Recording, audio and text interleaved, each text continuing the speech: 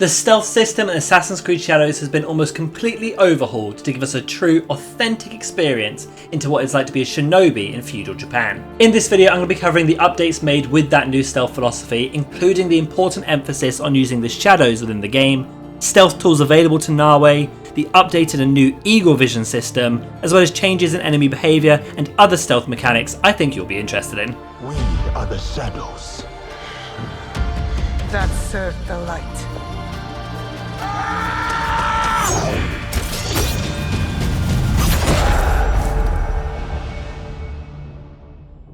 The first and arguably the most important update to the stealth mechanics in Assassin's Creed Shadows is how you use the shadows themselves within the gameplay. The shinobi were known for using shadows to their advantage, becoming almost invisible within them, and that is the exact philosophy that has been implemented within the game. When hiding in the shadows, Nawe is completely invisible to enemies. That means they can walk past you without you getting detected, and you have some benefits while moving in shadows at reducing visibility. This is a very important mechanic for you to understand when playing Nawe within the game, because you may change your approach depending on what shadows are available, whether it's nighttime, whether it's an indoor building, and how the layout of the map with light sources actually looks. You will get the benefit of this shadow effect whether you are inside or outside, as long as you are sticking in the shadows. One of the most interesting parts of this is how you can manipulate light sources to give you a better advantage as Nawe. From the clips we've seen that shuriken and kunai have been used to break light sources, which give Nawe more shadows to be able to move within and find good angles to get assassinations. I think really assessing your situation and the different light sources that are available at the start of the mission is going to be key to playing Nawe effectively, and making sure you're breaking these at key moments to move guards out of position and then use the shadows to approach them. I do think this is my favourite change out of all of the stealth mechanics that have been added to the game,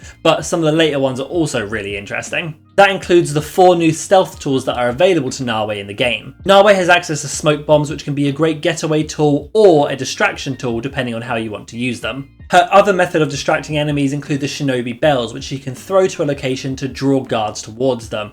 This is a great way of helping split the map a little bit if you are struggling to get through a particular path and can't find another way around. Shuriken are ideal to be breaking light sources like we've spoken about, but they can also be used on enemies to stun them. They won't deal really much damage, but they can stun enemies to help you move past or approach for an assassination if you're about to get spotted. The kunai are your more offensive option. If you do need to get a kill quickly on an enemy from range, you can throw a kunai and it does have a one-shot potential depending on the armor level of the enemy. But to use these tools effectively and to use the shadows like we've spoken about, you're going to need to know what's going on around you, and that's where the new Observe and Eagle Vision mechanics come in handy. Observe is a mechanic available to both Nawe and Yasuke in its basic form. The Observe mechanic comes about from them removing the flying eagle that we have had in the previous installments of the Assassin's Creed games, and instead the player is going to have to use their own character's senses to be able to find targets instead. The Observe system can be used to identify targets through walls, tag and monitor enemy movements, locate stashes and collectibles, or just see your objectives. When using the Observe mechanic on synchronization points, you can really lock down on a location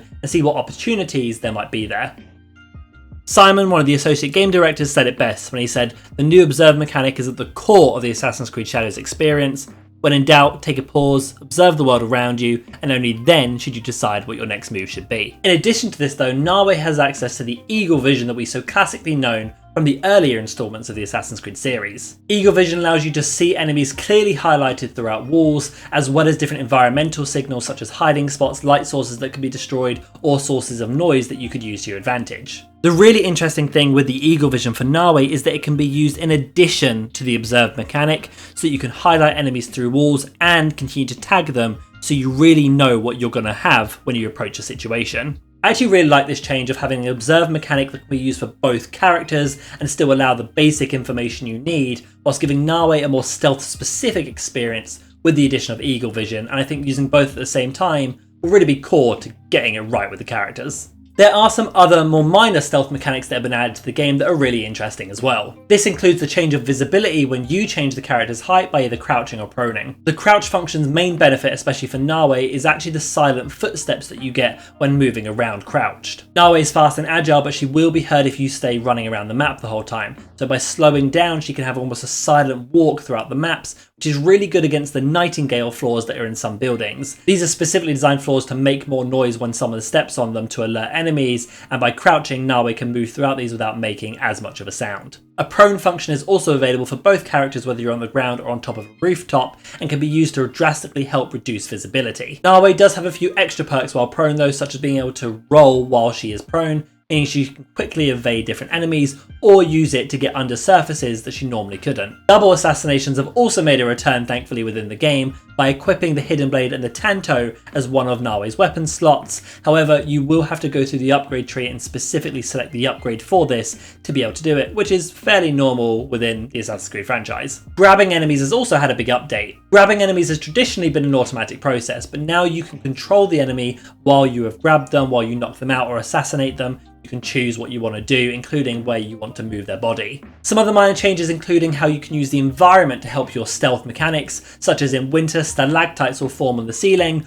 which can be knocked off to distract enemies even further, or you can get assassinations through shoji doors as well, which seems quite fun. The final big change I want to go over within the new stealth system of Assassin's Creed Shadows is actually how enemy behaviour has been updated. Firstly, I want to talk about the new investigation system. So if you were to get detected by enemies and then make your escape, they have an upgraded system of how they're going to patrol to try and find you and investigate the area. Firstly, they move in packs of 2s with 1 seeker and 1 watcher. That means that one person will be looking through you wherever you're hiding and the other person will be watching their back. That really changes how we approach investigation skills, because normally you could just wait for the one person to find you and then move on to the next. But now you're going to have to be a lot more careful how you approach the situation. That does mean that the classic whistle system that we use to try and attract enemies towards us may be more detrimental than helpful depending on the circumstance that we're in. Another change in enemy behaviour include how the servants interact with you as well. Servants are non-lethal NPCs in the game, so they're not going to attack you, but they can go alert people for reinforcements, which is equally as dangerous. By using eagle vision, you'll be able to clearly see the servants as they're marked in orange as opposed to red.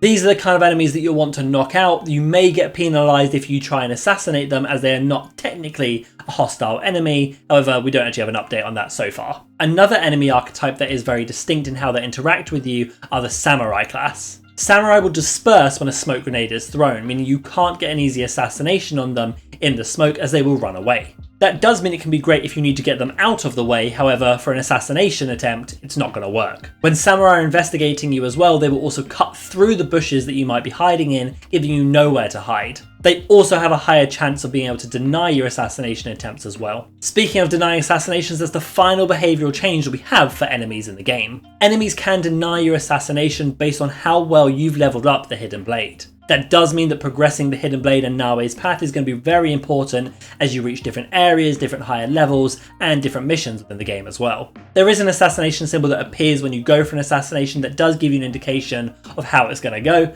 White being assassination available, yellow being the assassination will work but they'll only just take some damage, they won't fully be killed, and red meaning that they will deny your assassination. Making sure you've progressed properly for the difficulty of the area you're in is going to be very important, as well as making sure you're paying attention to how well you can assassinate these enemies. That concludes all of the updates made to the stealth system within Assassin's Creed Shadows. I think these are some fantastic changes. I love the use of shadows, and I like the new Eagle Vision change as well. I want to know your thoughts in the comments below. What do you think? What's your favourite part of it? And are you excited to play Nawe in Assassin's Creed Shadows?